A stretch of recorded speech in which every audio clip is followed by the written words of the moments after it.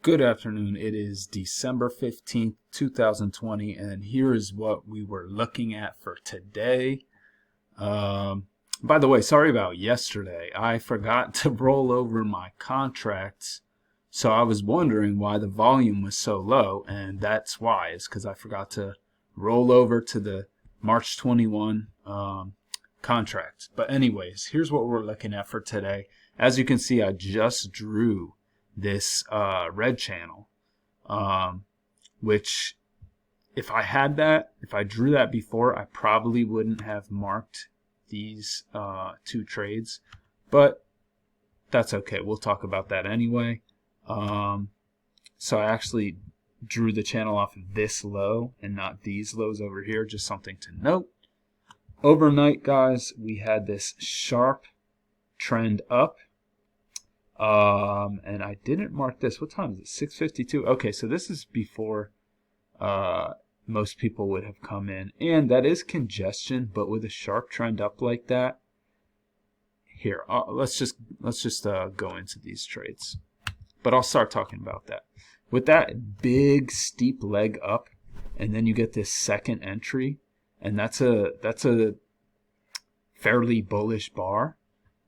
I think you can take that second entry, but that's before the time.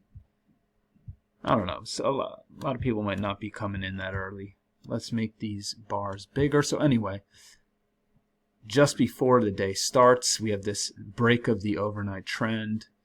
One leg up and then another leg up to a new high. And then we just get congestion, really.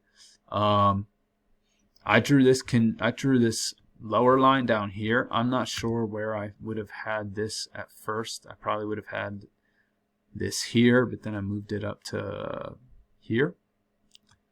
And if you, let's see, I marked that trade. I marked this trade right here.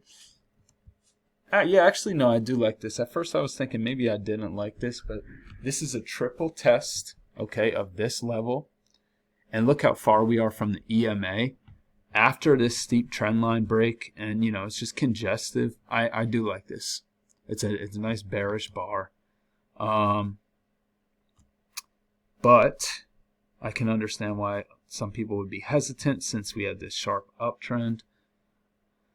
So we actually get a fourth test right here, but that bar is too close to the lower part of this congestion, this range. Prices come back up. And you know what? If I was watching this, I might actually take this because this is a pretty bearish bar. Again, it's far from the EMA. And now it's looking like prices are just ranging. They're going back and forth on both sides of the EMA. So I actually might take that. If I was watching, I probably would. And then we get this bar. And I marked this as aggressive. I just really like entries like this when it's congestive, okay? Especially if you drew your congestion up, the line up here, your line of resistance, I would definitely put that there. Or I mean, I would definitely enter that trade. And I think I would have this here by this point. Yeah, I wouldn't have it here because that's only getting touched a few times. Although, if you look at this test, I don't know, it's hard to say. But anyway, prices start to move in this channel, this downward green channel. And I measured the range up here and I moved it down to here. And as you can see, we do get some support down here for a little bit. I don't see anything. Oh, you know what? First, no, that's second entry. Third entry, testing that level. So we're just still not sure whether prices are moving out of this range, or else I would probably look at this. It's a third entry short, but I just think I would look at it. I would consider it, I mean. But prices are clearly moving down by this point, especially with these small bars, and they bounce off the bottom of what this would be this range. They come up, first entry, second entry short, breakout pullback, because it breaks out to this level of support, which is now resistance up here. I actually should have marked this as aggressive because it's going right into the bottom of that range. But I don't know. It looks... Yeah, no, that's aggressive. That's aggressive because that's just too big of a bar. Let's see. That's also a lot of risk. Yeah, that's about a...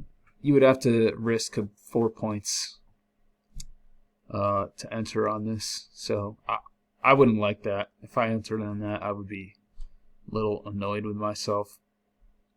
Let's look at this. Okay, so prices bounce again off this level of support. First entry, second entry. You get like a third entry, but that signal bar is very neutral. So I don't know, maybe after this doji, maybe you would put, I might put my entry, that's 4 ticks. So to enter on that, you're risking 6 ticks. I might enter on that, put my,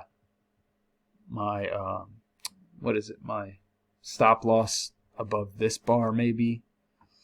But then I guess the risk wouldn't be 6 ticks, you know, because you're putting it above here. But anyway, prices break out of this range and they pull back. This is a second entry short. Second entry short, just about as low risk as it gets. So you'd have to risk 7 ticks, less than 2 points risk. It's right at the trend line and EMA. I like this move a lot. Prices stay within this green channel. Bounce at the bottom. First entry. Second entry short. Oh, wow. I didn't realize I was second entry short. I didn't mark that. But that is second entry short. But what I was looking at was this double test after the first convincing break of the trend line. And it's also a breakout pullback of this level, this price level right here. Only thing is that's not a bearish bar at all. In fact, it's more bullish than anything. And by the way, I didn't put my order beneath this bar. I put my order, I took this in the simulator. I put my order beneath these 2 bars. And only because it's the first convincing break of the trend line.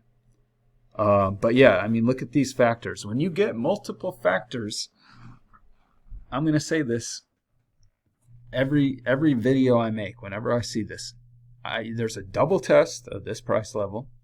It's the first convincing break of the trend line, so we're expecting prices to move to a new low or attempt to make a new low. And it's a breakout pullback.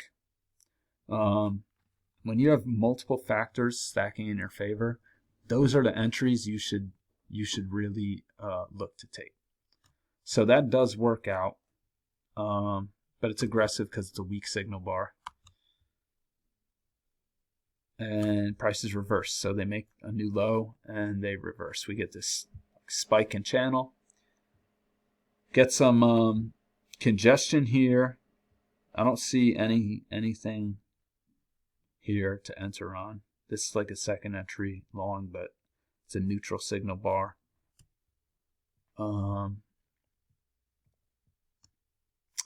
Let's see. This is a breakout pullback, second entry long. I would just think that there are trapped shorts here as well. I like it. I would enter above this bar. I'd probably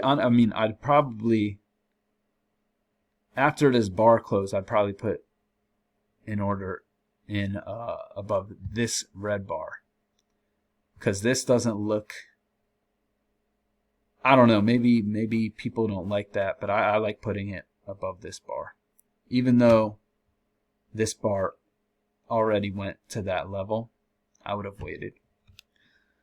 So anyway, prices do move up, and then they go higher into this steep channel up, and we're pretty far away from the EMA. Unfortunately, I don't see anywhere I would like to enter here.